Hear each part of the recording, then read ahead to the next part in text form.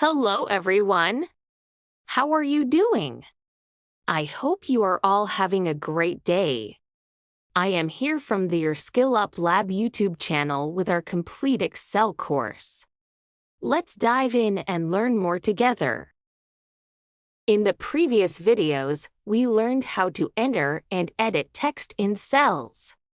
Now, I will type name in cell A1.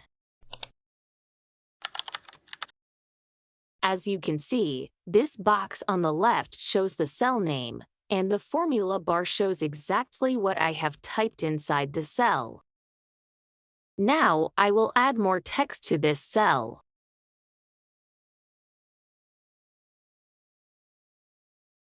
Notice how the text overflows and covers the neighboring cells. However, if I type something in the next cell, the full content of cell A1 is no longer visible. But if I click on A1 once, you can see the entire text in the formula bar. You can perform any edits directly in the formula bar as well.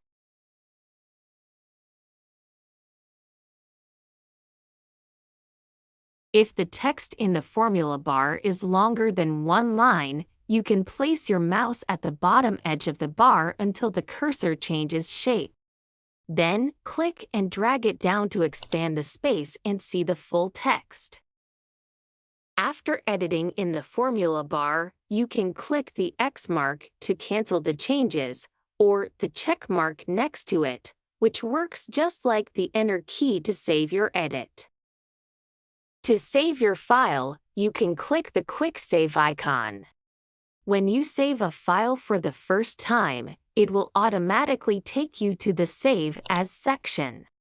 For future saves, clicking this button will simply update the existing file. Let's look at the Save As options. First, we have OneDrive. If you click this, you need to sign in. This allows you to store your data online so you can access your files from anywhere in the world. The This PC option shows your most recently used folders. With Add a Place option, you can add other online storage services, which I will explain in detail later. The most important option is Browse. Clicking this opens a window where you can choose any folder on your computer to save your file. In this window, you define the location and the file name. There is an important section called Save As Type. Clicking the arrow shows different formats for saving your file. Normally, you might not see the file extensions here. To show them, open this PC in Windows, go to the View tab, and check the box for file name extensions.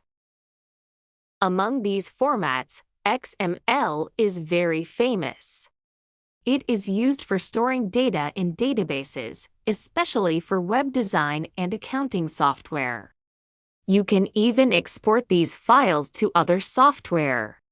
You can also save your file as HTML or HTML to use it as a web page. Additionally, you can export your work as a PDF, which you are likely familiar with. The TXT format is another well-known type for creating simple text files.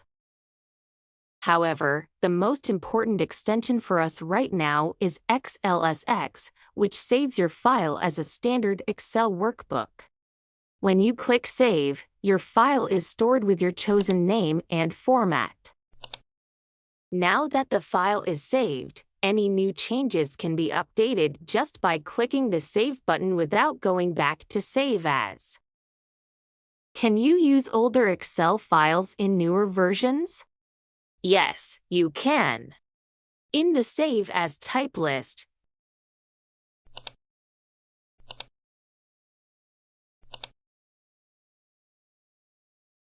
you can see the Excel 97 to 2003 format with the XLS extension.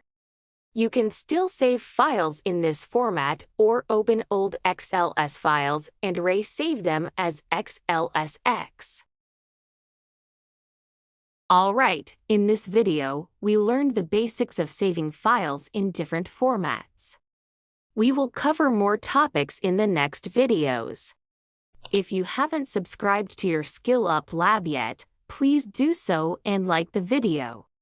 Thanks for watching, and good luck!